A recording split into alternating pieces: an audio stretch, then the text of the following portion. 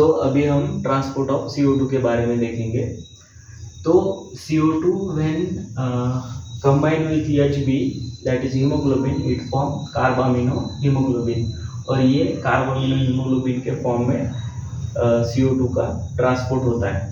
जैसे when oxygen combined with haemoglobin it form oxy haemoglobin, वैसे ही when CO2 combined with haemoglobin it form carbamino haemoglobin. ये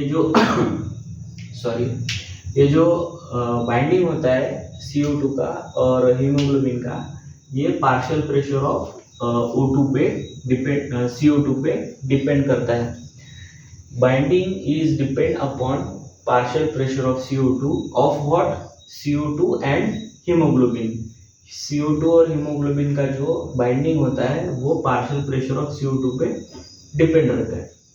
तो ये जो ट्रांसपोर्ट है ये 3 वे से होता है। उसमें फर्स्ट है by RBC, by plasma, that is first RBC, that is 20 to 25% of CO2 it is carried out by RBC।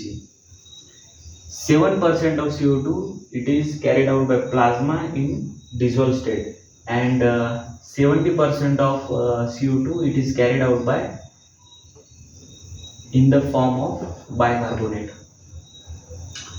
तो पहले हम रेड ब्लड सेल्स देखेंगे। By red blood cells 20 to 25% of CO2 how it carries. तो इसमें transport कहाँ से कहाँ तक होता है CO2 का? टिश्यू के अंदर CO2 प्रोड्यूस होता है, वहां से ट्रांसपोर्ट होता है एल्वोलाई तक, from tissue to alveoli and from alveoli to outside the body.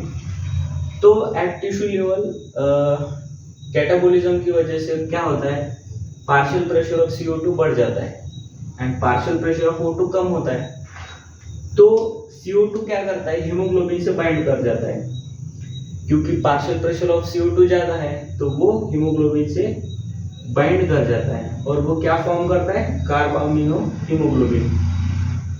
और वो कार्बामिनो हीमोग्लोबिन के फॉर्म में एल्वोलाई तक जाता है, जहां पे पार्शियल प्रेशर ऑफ CO2 कम होता है, पार्शियल प्रेशर ऑफ O2 ज्यादा होता है। तो CO2 हीमोग्लोबिन से डिसोसिएट होता है। CO2 का अगर पार्शियल प्रेशर ज्यादा है तो वो हीमोग्लोबिन से बाइंड कर जाता है, कहाँ पे, टिश्यू लेवल पे। लेकिन जैसे ही वो एल्वोलाई लेवल पे आता है वहां पे पार्शियल प्रेशर ऑफ CO2 कम होता है, तो वो कार्बामिनो हीमोग्लोबिन फॉर्म से डिसोसिएट होता है एंड CO2 रिलीज होता है। From haemoglobin CO2 get release and CO2 is transported outside the body. This is one way. Second, by plasma in their dissolve form और डिसॉल्व स्टेट। अभी third, by carbonate.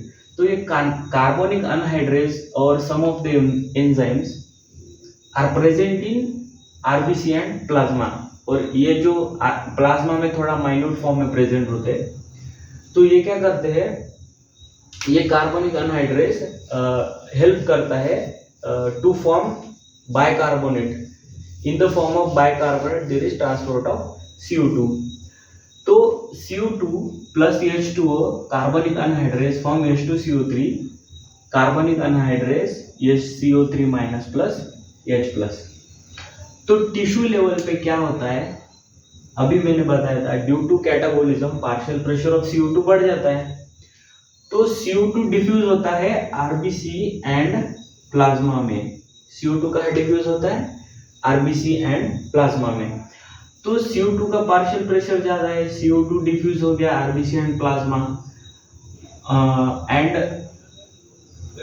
Undergo reaction with the help of carbonic anhydrase and it form H2CO3 and HCO3 minus plus H plus, और ये form में CO2 carried होता है कहाँ तक, alveoli तक। अब ये क्यों हुआ, क्योंकि पार्शियल प्रेशर ऑफ CO2 ज्यादा है। अभी एल्वोलाई लेवल पे क्या होता है, पार्शियल प्रेशर ऑफ CO2 कम हो जाता है, तो ये रिएक्शन ऑपोजिट डायरेक्शन में वर्क करता है और CO2 एंड H2 फॉर्म कर देता है, CO2 एंड H2 रिलीज कर देता है।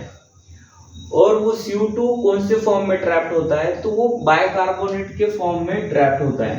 और वो एल्वोलाई को ट्रांसपोर्ट कर देता है, and when it transport to alveoli it is release out.